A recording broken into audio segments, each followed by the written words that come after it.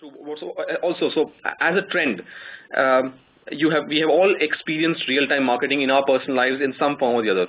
The most basic example, of course, is the airline industry. In the airline industry, we have known how ticket fares move up and down, and the industry has been using real-time pricing for a very long time now, and they've been successful in making sure that their profits go up primarily because of this one key element that they've implemented in their organization.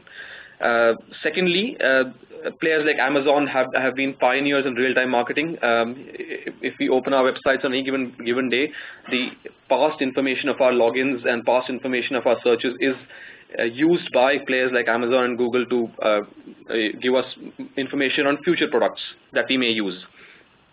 While what this means is that, however, the one thing that has to be said here is that these examples are just plainly based on one channel. What makes it very difficult for bankers to implement real-time marketing or to even work towards it is the fact that we talk to our customers across channels, across mail, internet, mobile, telephone, branches, to make it even more confusing. So all in all, this is a topic that is evolving very quickly. In order to address this problem, what the Asian banker did was to conduct a small survey in which we wanted to understand from all the bankers in the region, as we could talk to, if you are looking at real-time marketing, if you are considering real-time marketing as a way forward. So the question we asked a month and a half ago was, is real-time marketing the right time? And as you can see from the graph, it was split halfway. What we realized was that the question probably at the time was a very naive. We were asking whether real time was the right time, not necessarily if banks were ready to do it, not necessarily if banks were doing it already. And there were a few more observations we received when we talked to a lot of bankers during this time. We heard that real time could actually distract you from talking to the customer and focusing your attention on them. Real time can actually be a good statistical tool, or it should actually be used, never use real time. Some banks said what is important to know is whether the banks are ready to do it or not. And thirdly, what is important is it can actually generate a lot of value, and you'll hear from Donald and Vinod about it. So that's the crux of discussion we will have today. In essence, trying to talk about whether real time is the right time. For the banks who think that it's not, we'll try and talk about whether it is yes or no.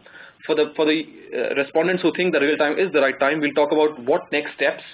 We'll talk about are you ready to do it? And in order to do that discussion, as I mentioned, we have two panelists with us, Donald and Vinod. Donald, as you know, has been heading the analytics division at OCBC for a while, and according to us, OCBC has been a pioneer in using data to manage its customer database very well, and actually has been at the forefront of innovation. Vinod is a pioneer in this industry as well. He's been working for IBM for a while now, and he's implemented such projects across the world. And we would be very happy to hear from him on his thoughts as well. So without further ado, let me hand over the discussion to Donald. Donald, I'll let you give us a quick overview of what you think about this topic and how this works. Yeah, thanks, Arun, and thanks for saying that we're pioneers and visionaries in the world of analytics. I do like that. The first thing I'd like to start with is really a definition of what real-time marketing actually is to us at OCBC. Real-time marketing to us is all about making an offer to the customer while the customer is actually engaging with you. And that may be in the web, it may be in the branch, it may be in a contact center. But it's all about taking information you've learned while the customer is interacting with you and using that to enrich the offer and give them something based on their current circumstance. For us, it's not about just presenting an offer to the customer. You know, many of us have next best offers that we define on a weekly or a monthly basis for every customer. Real-time marketing to us is not just showing a next best offer. It's only when you've used the information you've captured during the current interaction to make that offer better that we think it's truly real-time. There's a lot of hype at the moment from the vendors, and no disrespect to IBM and the likes, but there's a lot of hype. Every vendor that comes to see me these days is talking about real-time and how we need to do it. And I just thought to take a step back and say, well, why is that pressure coming out? Why is it such a hot topic at the moment?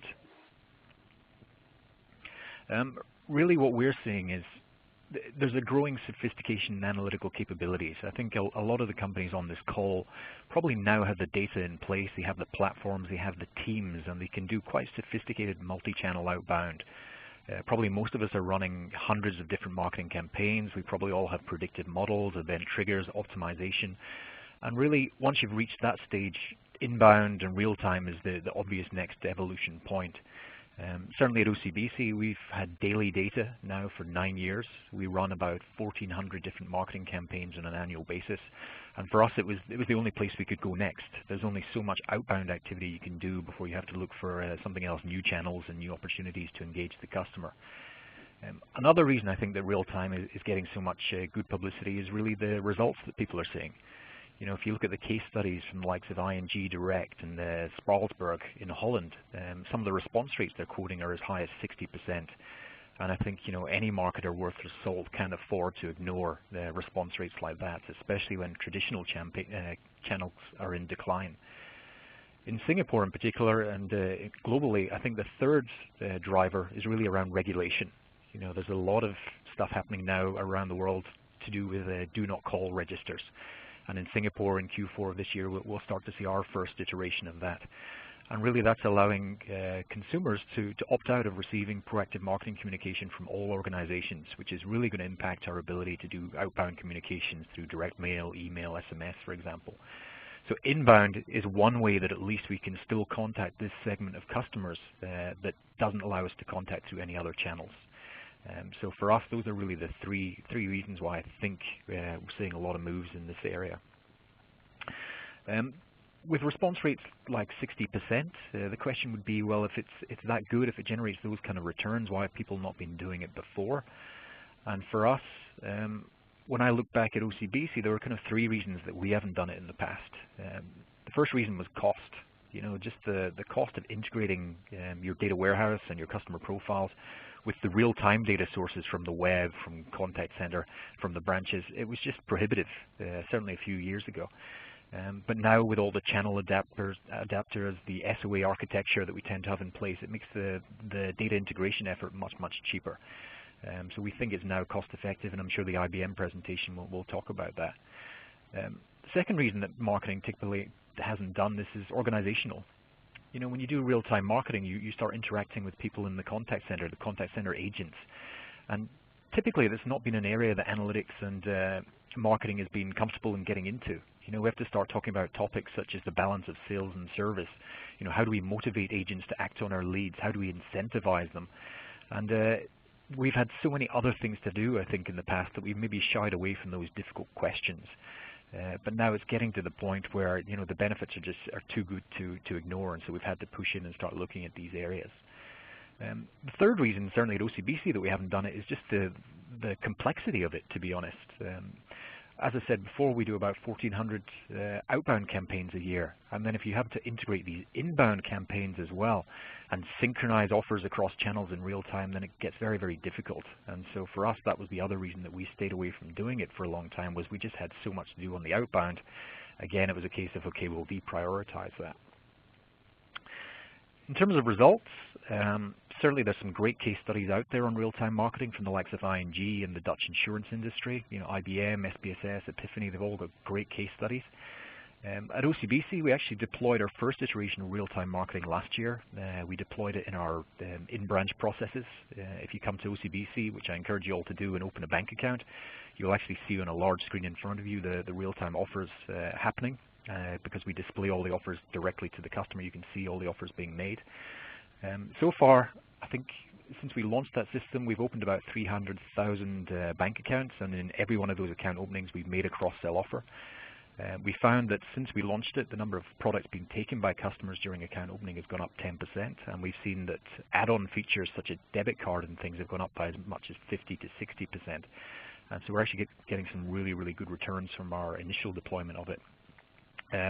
OCBC has published some videos on YouTube. Actually, if you go to YouTube and type in OCBC, you'll probably see some videos talking about our new account opening experience, and that will actually show you how we use the real-time cross-sell as well. So I'd encourage you to take a look at that.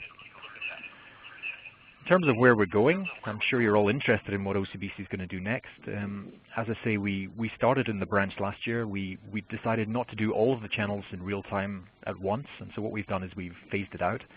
And so we started with the branch last year, and that's been a great success. We've got some good results. We're in the process right now of integrating our online channels and our mobile banking channels.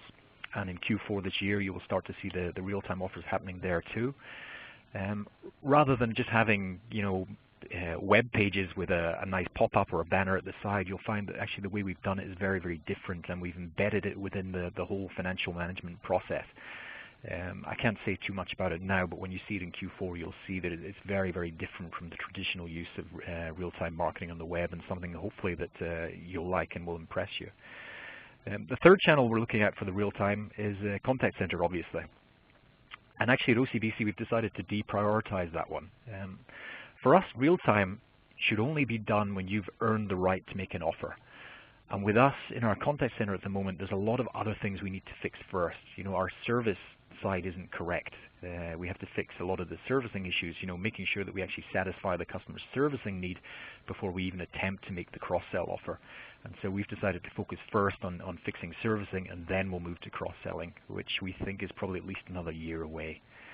That's all I've got, actually. Arun? Yes, thanks, Donald. I like the way you ask people to open an account in OCBC right through the middle of the conversation. Absolutely. That was a real-time cross-sell. Absolutely. Thanks, Donald. So once again, I think you touched on a lot of important points here in terms of specifics of the reasons why OCBC took some time to come up, and when you're right now there, what you're doing and what you're looking forward to. So that's perfectly laid out. I think I'm sure we've received a lot of interesting points. I've noted some of them down to talk during the last 20 minutes of our discussion, when I'll pose questions from the audience and from me that I've prepared for both of you. So just a reminder to all the listeners that if you have any questions to either Donald or Vinod, please type them into the chat box that you can see on your screen and send it over to me. Right during the last 15-20 minutes of the session, I will pose those questions to these panelists, and then you can get your answers from there. Now, without further ado, let me quickly introduce Vinod. As I said, Vinod has been with the IBM for a while.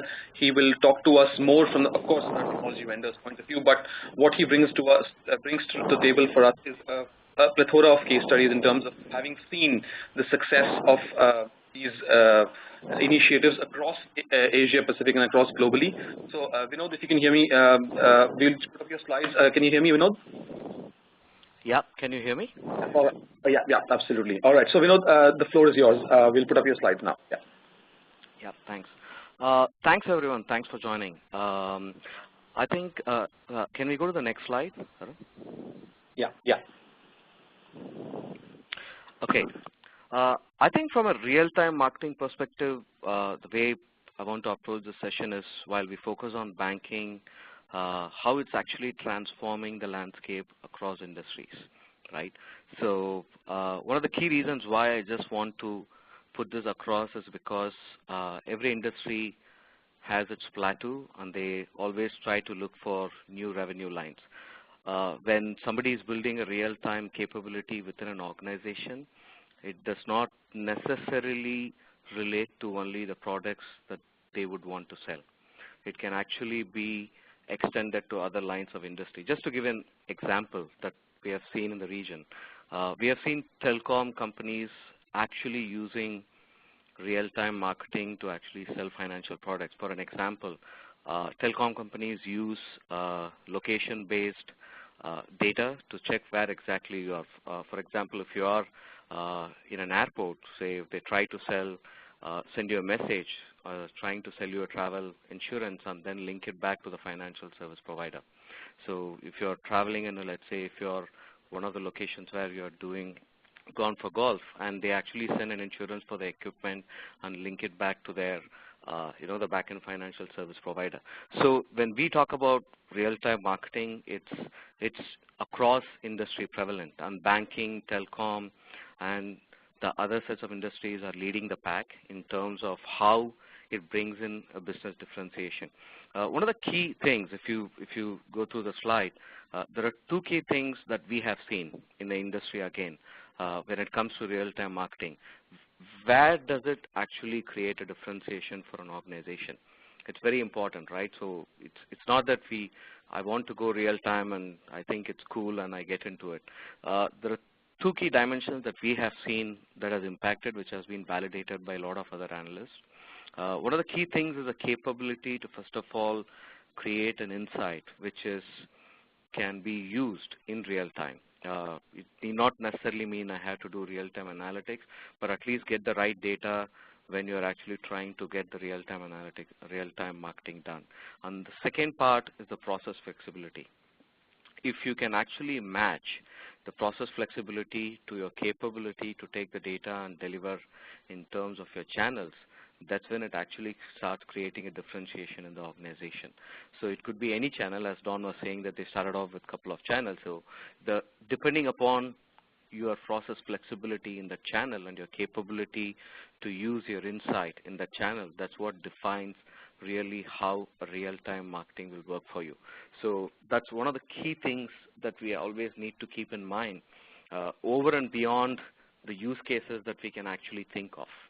Right? So that's one of the key learnings that we have learned across customers in the region. So I just want to state again, when I'm saying across customers in the region, some of these are very common to a lot of lines of industries. They face a similar kind of problems and channels that they deal with. So it's a key trend. So one, your process should be flexible in order to accommodate the real-time scenarios within those channels. And second, you should be able to deliver the insight. So there's a key thing that you need to keep in mind before you go forward in this journey. Second slide, Arun, the next slide. Okay, from simplified view, right? I don't have any technology charts, right? I'm not going to talk about any specific product or a product stack. So if you actually see that slide, there are only three key criteria, right? Our traditional marketing, if you see the three pillars, the traditional marketing, when we talk about outbound campaigns, event-based campaigns, what you're essentially talking about is who you are, right? Who you are in terms as a customer that we are dealing with. So it's actually dealing with a point where you're looking at your customer and saying, what is the profile of a customer? So if I know who you are, then I'm actually going to get back to you with a specific offer, age group, demographics.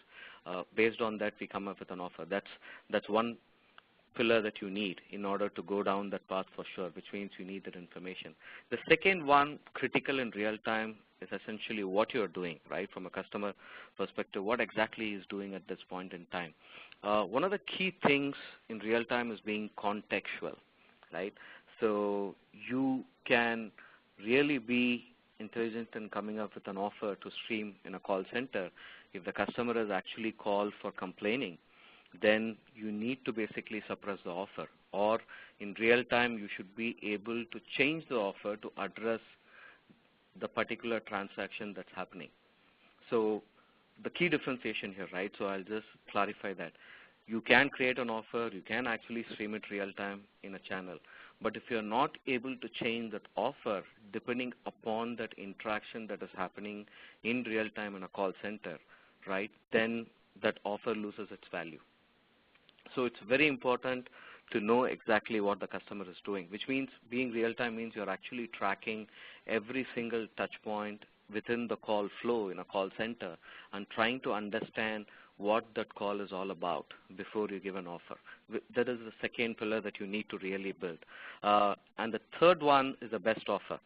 So we have touched upon this in the call a couple of times before.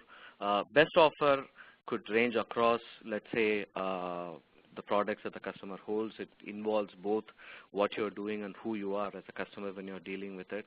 But one of the key things, again, that we have seen across the industry and also in banking is that the heavy focus on actually optimizing offers. At any point in time, if you have 10 offers, so what is the offer that I need to go? You probably have your own models.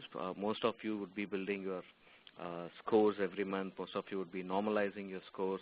You would be indexing. You would have a next best offer typically that exists, which could be the best offer.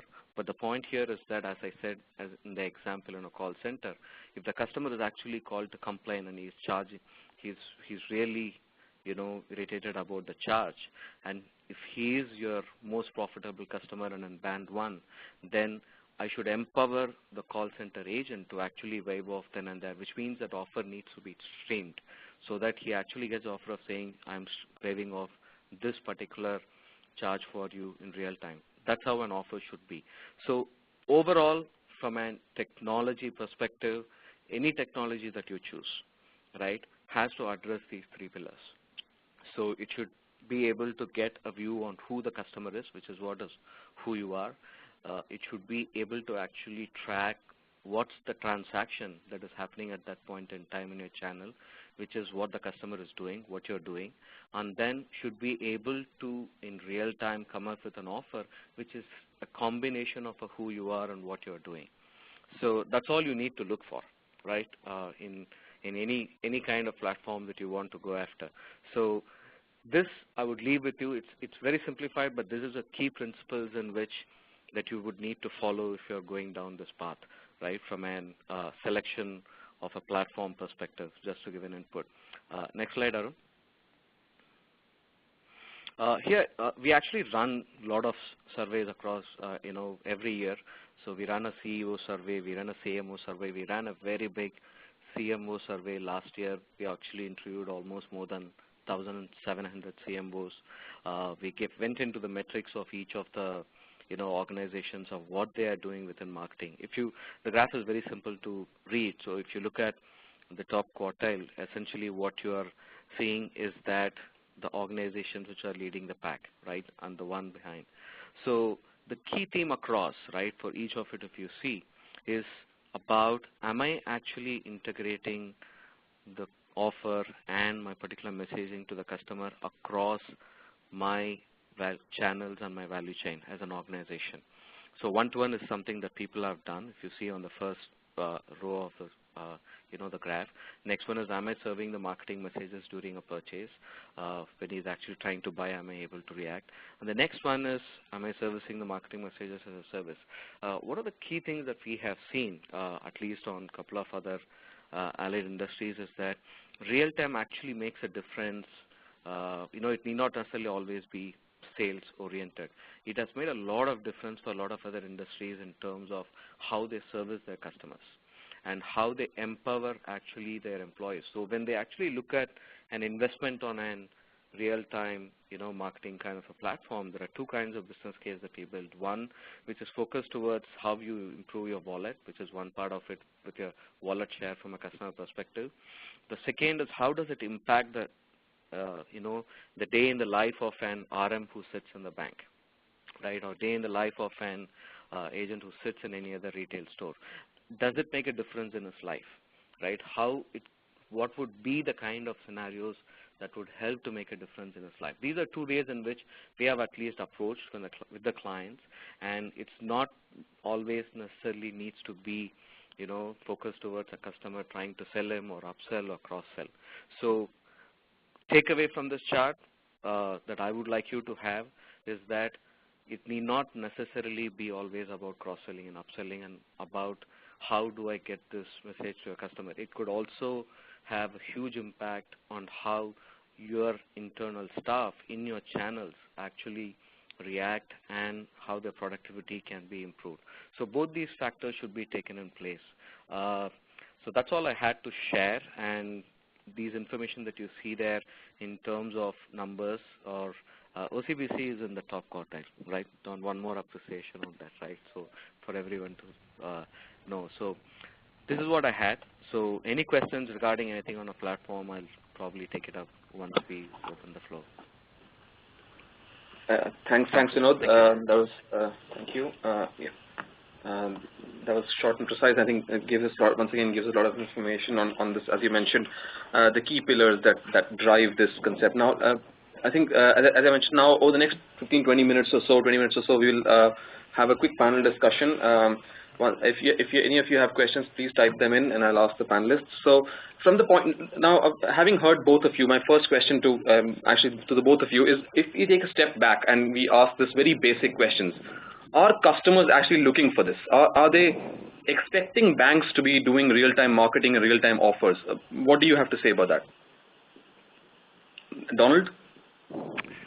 Are customers expecting it? I think Yeah. we're so used to seeing it on the web, seeing it on Amazon, seeing it on eBay, seeing it on Facebook, that we almost take it for granted now that it's going to happen. I don't think the customer's sitting there saying, oh, I'm going to log into the OCBC website today and I hope I see a really good cross-sell message. But they expect relevant communication when they log on to these places. I think in the old days of us pre-staging leads and calculating things based on your behavior from 2 months ago and showing you that doesn't cut it anymore, because those messages are not relevant to what you're doing right now. So I think a customer expects that if he's going to see a message, then it's going to be a relevant message based on his behavior. So I think it's an expectation in their mind. Okay. All right. Vinod, anything you want to add on that? I mean, actually, Don summarized it, but my key point would be around the relevance.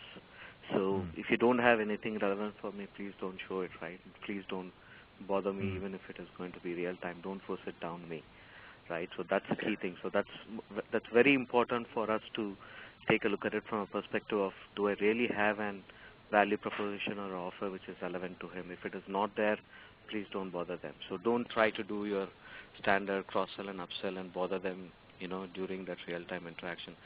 It will not really help, to the cause.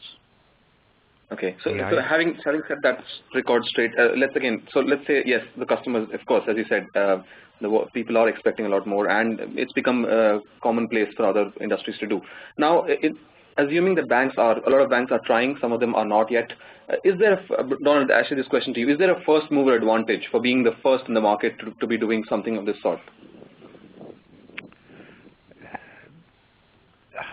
And so again, my follow-up question to this would have been, are banks ready? In which case we then talk about what specific elements do we need to look at to make sure that my bank is ready, for example, to plunge in. So is there a first mover advantage? I'm not sure if there is a first mover advantage. In Singapore, potentially, because so many of the customers here are so promiscuous. Effectively all of the banking customers have relationships with all of the major banks. So my customer is UOB's customer, which is DBS's customer. So if I can make a relevant offer to the customer and I can get a deeper share of their wallet, then that's a share that my competitors can't take. So potentially there is some competitive advantage of being first. But ultimately I would expect everyone to go down this route and we'll be back on a level playing field again. But if I can grab some share now, then fantastic. So again, it's the same question. We have a lot of listeners from markets like India, Indonesia, China, who are in a stage where they have a lot to chew than they already in terms of getting their databases right, getting their customer information right, or even, for example, getting, and these are some of these are high margin countries where there's a huge pile of customers to go after anyways. Now, in those scenarios, is there a first mover advantage? Once again, what would you think? Again, Vinod, you may also answer this question. Let me actually address it in two ways.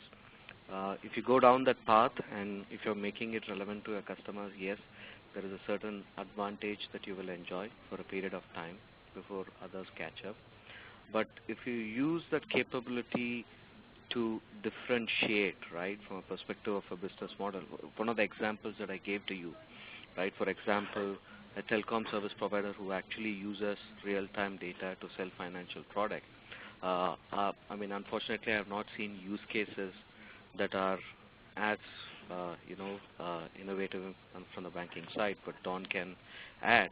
But that's a differentiation, right, from a customer point of view, because you're really trying to give me something which is relevant, and it actually changes the way the market looks at how I use this capability.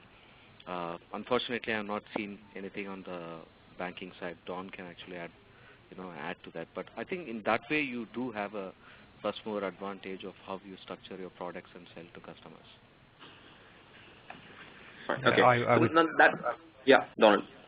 Yeah, I'd add to that, Vinod.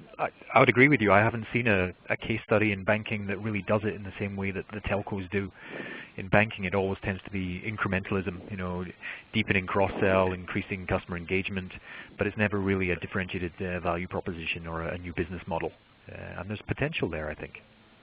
Yeah, I agree with you. Donald, I have a question from one of our listeners saying that can you share a successful feature of real-time marketing that you've implemented? Any case in points would help. Well, really our success has been around, we focus on a very specific customer interaction. For OCBC, our first deployment is in the branch, and we've specifically focused on account opening. Account opening for us is really the primary source of new customers. 85% of OCBC's customers come to the bank through the opening of a simple deposit account. And we all know that the first 90 days of someone opening the relationship is a critical moment in the customer's banking life. I think something like 70% of the cross-sell, the lifetime cross-sell, happens in those first 90 days. So if you can give the customer a great first experience, then that hopefully earns you the right to sell and get more of their wallet. So at OCBC, we've invested very, very heavily in that interaction. We did a very significant project last year called Roam, Relationship Opening Made Easy, where we fundamentally redesigned the whole relationship opening process, and we have something that's, we would say, globally unique. And again, go check YouTube, you'll see the videos and see how it's different. And so what we've done is we've realized this is a critical moment. We give the customer a great account opening experience, and then we use that, we capture data during that account opening. We link it to our real-time cross-sell engine to figure out, okay, we've given them a good experience, we think we've got the right to sell and get more business out of them. And so we use smart analytics at that point to try and deepen the relationship. And so we look at what are they buying today, who are they, what's their life stage, what existing products do they have with the bank, what are their behaviors, and in real time do scoring to figure out of the range of solutions we have available, what's the best thing to try and offer to this customer. And certainly our experience has been very, very good. I'm not going to tell you the exact numbers, but the number of products that a customer takes now has gone up more than 10% since we launched that system.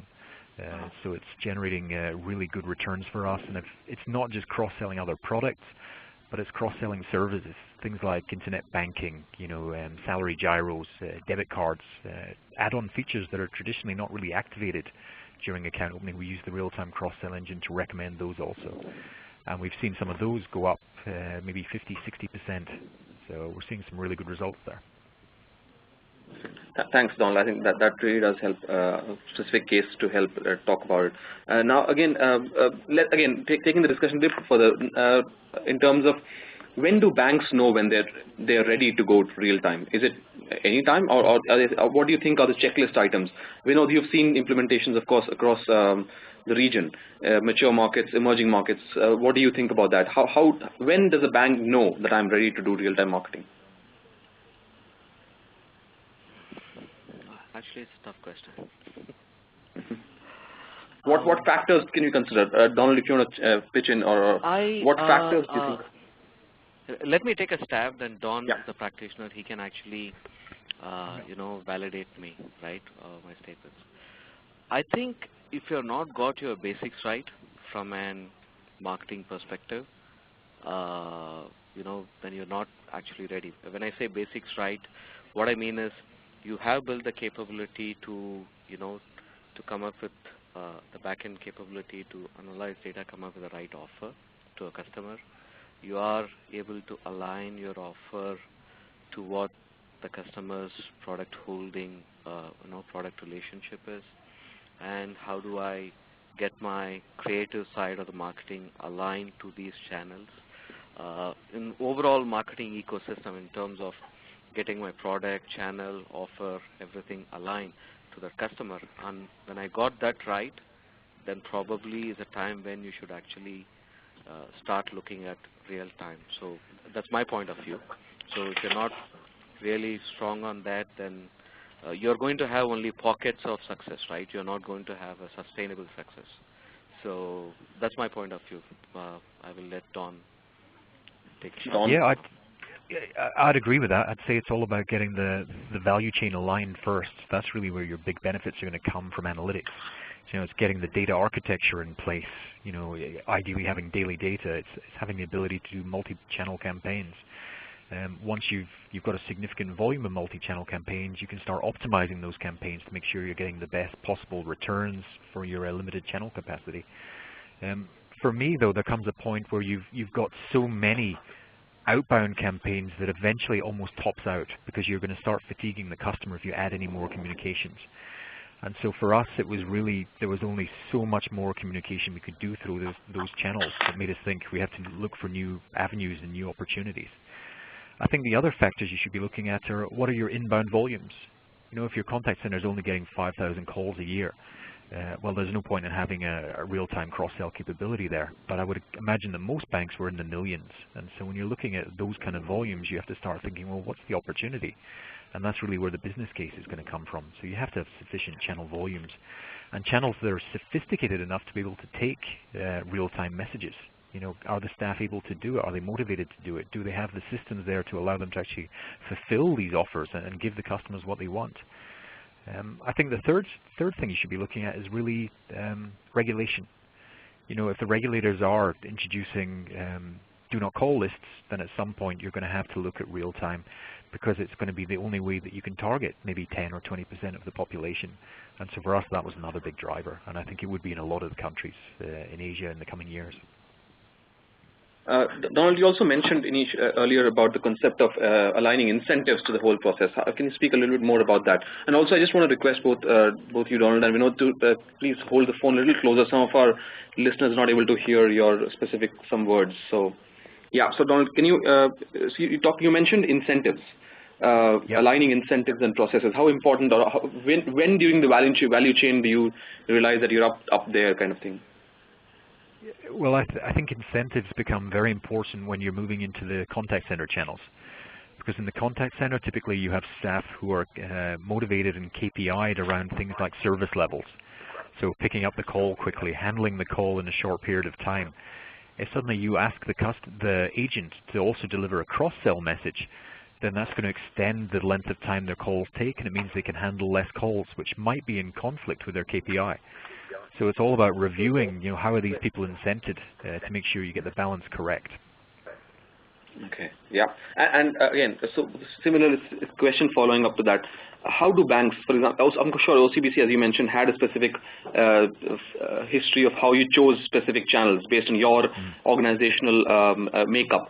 But on what basis, once again, can banks look at in terms of what channel is the best? I presume branches for large branch-based organization would not necessarily be the easiest channel to implement on, not only because it involves a lot of training, but it involves a lot of offers and a lot of work at the front end.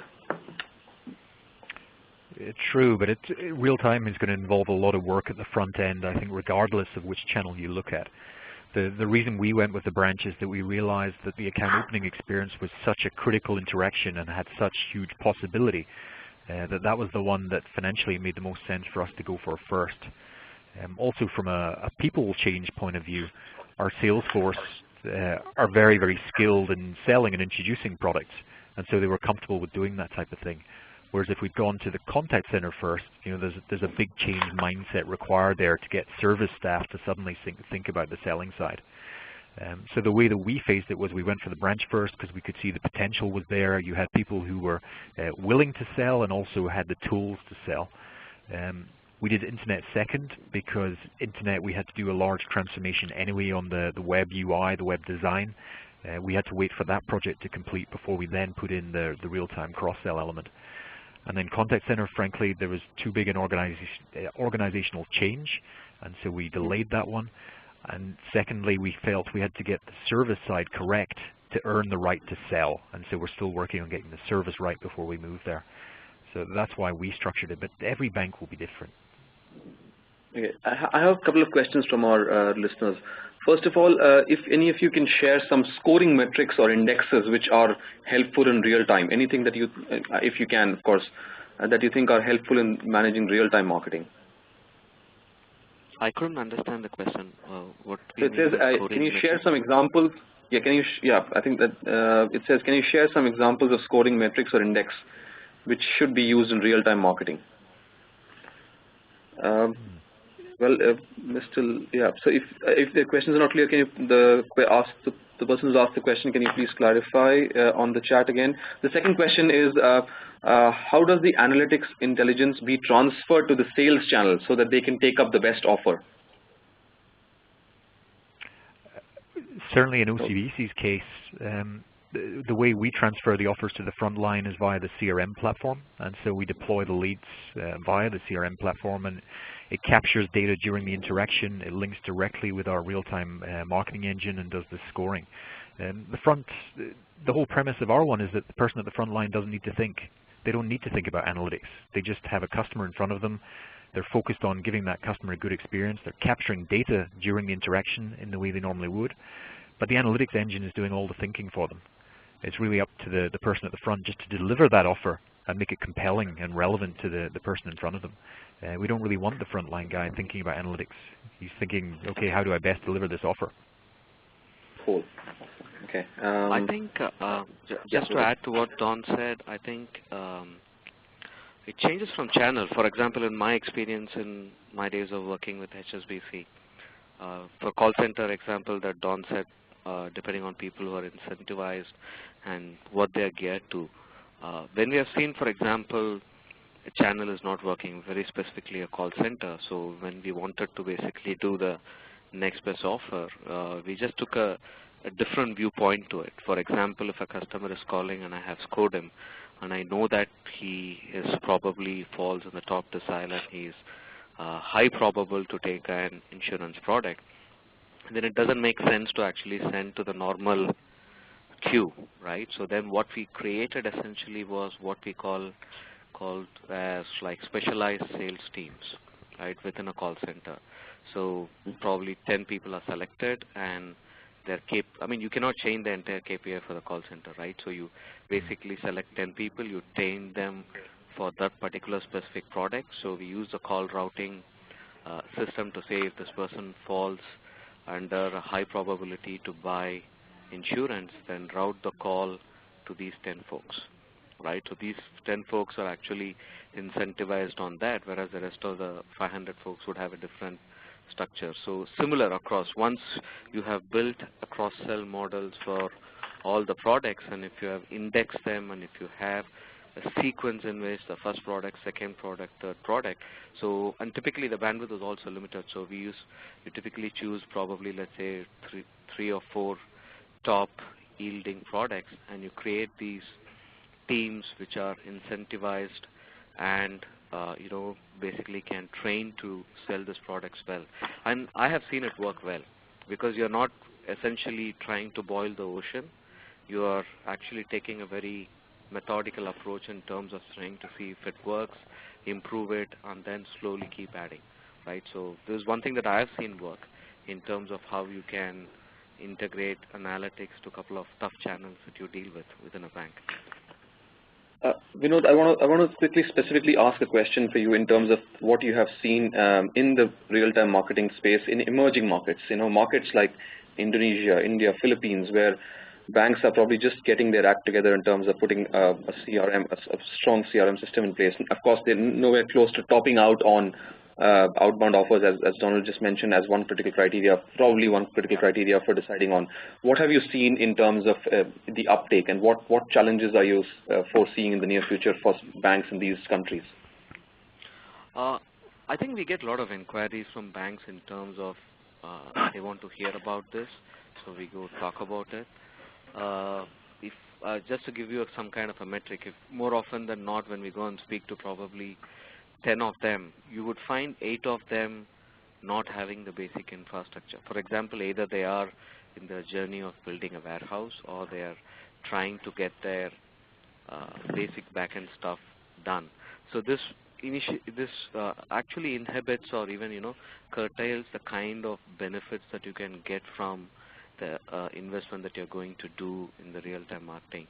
So in my opinion, the basic infrastructure is what I have seen as a major, I would say, in terms of, let's say, issues that come up with a lot of these banks within the region trying to basically go down this path. So they can still go down the event-based, right, campaign, but when it comes to real-time, is my backend and my systems and my architecture, is it really actually optimized to do the real-time? So that's where you hit the first stumbling block, and that's what they're all trying to, overcome.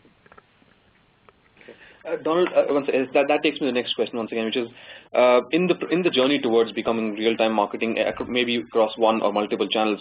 Donald, what do you think are the key risks that a bank needs to keep in mind? Internal, organizational, technology, analytical, any sort. What do you think? That's a difficult one. It's kind of hard for us to say because so far we've only got one channel up and running, and the second one is coming soon. I will say one of the big challenges we had actually was with the product guys, because one of the differences with the inbound and the outbound marketing is that the product guys have to effectively give up a lot of power and a lot of input when it comes to real-time marketing, because effectively the engine is making the decisions for them. So the way we work at OCBC is effectively we've identified a number of segments, and for each of those segments we've sat down and we've agreed, okay, if this segment of customers comes in, what is the product shelf going to be? What's the 6 or 7 relevant offers? But we then leave it up to the engine and the decision rules effectively to say, for this customer, based on their current circumstance, what's the best offer to make to them? And you'll find a lot of the product people have issues with that, because you'll have the credit card team, for example, who are always, well, my product's the best product. It should be the one that comes first. But actually the engine decides based on the current circumstance of that customer and their profile, actually credit card isn't the best offer for them. Credit card's only the 3rd best offer. And so we did have some challenges around that, just dealing with product people and trying to explain the concept that their offer can't always be first because it's not always the best offer for that customer. So doesn't answer your question, but that's just one of the challenges that we came across. Okay.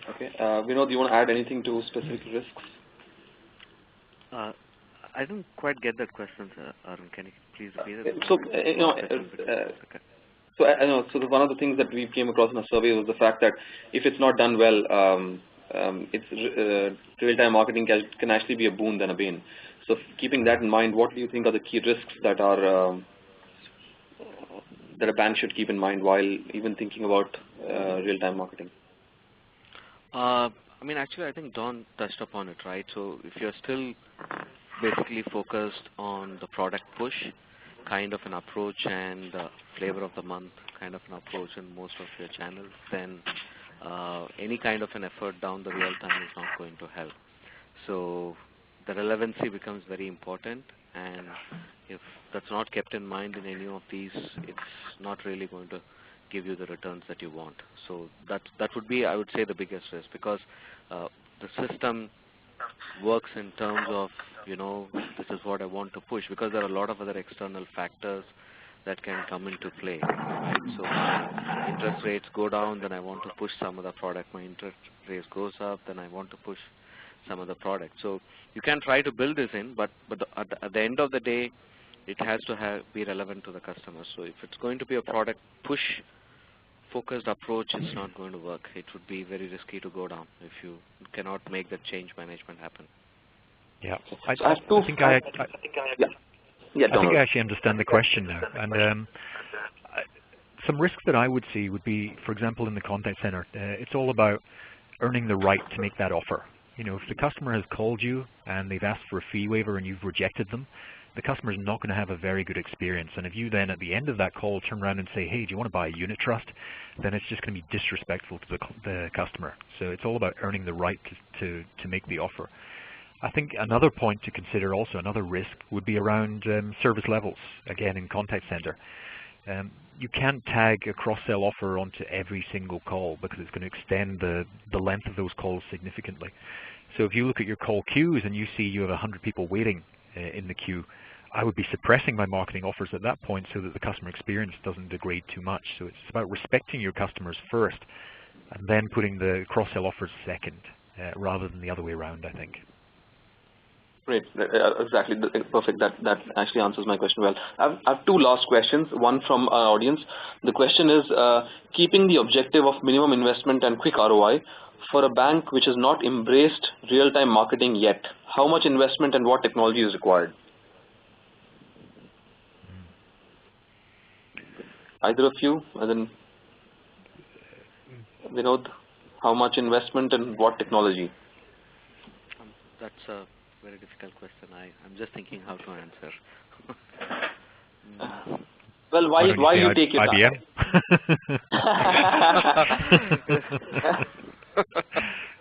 So Kidding. I mean, okay, go ahead. So you were asking something else. Yeah. So while you're thinking about, of course, this question is of course dependent on the kind of bank that you.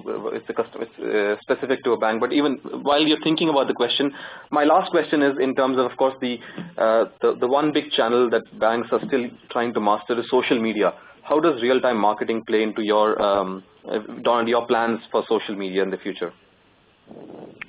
That's interesting. Real-time marketing for us is automated. It's all about who is this customer, what are they doing right now, how does that relate to what they've done in the past, and coming up with a relevant offer. We also scan the social media in real time as well, but it's far more human than automated. You know, the brandology tools, for example, they allow us to see what customers are saying about us and to reach out to those individuals and respond to them. But we have a human there that's interacting with them rather than a real-time engine. And so at the moment, those are the kind of separations for us. Our social media is far more one-to-one almost and human-orientated, whereas the real-time marketing is far more automated and machine-driven. And you don't expect these to converge in the near future? Certainly, I'd love to have the social data and their sentiment coming into the warehouse as well, so that I can use it as an input into the real-time decisioning. But it's a fair bit away, I think, for us. There are other areas that we'd like to tackle first before we get to that. Okay, fair. Vinod, any thoughts on that? Yeah, let me try to answer it right. I'm not taking very specifically, irrespective of whichever platform that you choose, I mean like whichever technology that you're going. I think if you're going to basically do on the basic components, right, of a real-time marketing, if you're looking at the basic component that actually can integrate to channels and can actually, stream offers, you would have a wide range. In most of the places, it can range anywhere from an $300,000 to almost close to more than $500,000 just as a technology component, right? But one of the key things that you need to keep in mind, as I said, basic stuff, right? How do I manage my offers? Am I already doing my normal alignments around my marketing collateral? So those systems will add on to it. So in terms of a total cost of ownership, will be almost close to 3 times your investment in the technology, from putting your people, putting everything together. So that's the kind of numbers that you should have in mind. So if you're investing in X amount, you should always think that I'm going to spend at least a minimum of 2X of that getting it executed right. So that would be a benchmark, so that you should go with. Perfect. My point of view on that is that really the cost depends on what you already have in-house. You know, a lot of the cost is associated with getting the data in place. And so if you haven't already got the data in place for your proactive outbound stuff, then that's really where your cost is going to be. For us, the cost of inbound wasn't really that much. We already had a great data warehouse. We already had the full Unica suite for the proactive outbound. And it was just a case of adding an additional module which integrated with that to allow us to do the real-time inbound. There is some cost, obviously, in integrating with the front channels. But most of these channels these days are SOA enabled, and so the cost is much, much reduced. So to us, it wasn't a huge additional cost because all of the fundamentals were in place. That's really where your cost is going to be. And I think someone asked the question earlier on, which platform do we use? We use Unica, which is now owned by IBM. Yeah, perfect. Let's proceed. So all right, thanks. I think, yeah, go. Any last comments, Vinod or comments? No, I have nothing much to add. Yeah, okay. I think, all right, we've had a fruitful 1 hour. Most of our questions have been answered. And thank you once again to both of you for your time, and thank you to the listeners for listening in. Just to let you know, we will the Asian banker will summarize the discussion in the form of proceedings report and put it up online the next couple of days. Any additional information that you want in the next few days, if you want, please ask us. We will be happy to share that with you. To remind you, this discussion will go on further, of course, on our data analytics working group, of which, as I mentioned, Donald is a advisor to us. And we will be talking a lot more about this in much more detail during our Data World conference in October. You'll get the information on that from our website. Thank you once again. Thank you, Vinod. Thank you, Donald, for your time today. Thank you. Thank you, everybody. And we look forward to having you in our next teleconsultation sessions again. Thank you once again. Okay. Bye-bye. Thank you. Bye-bye.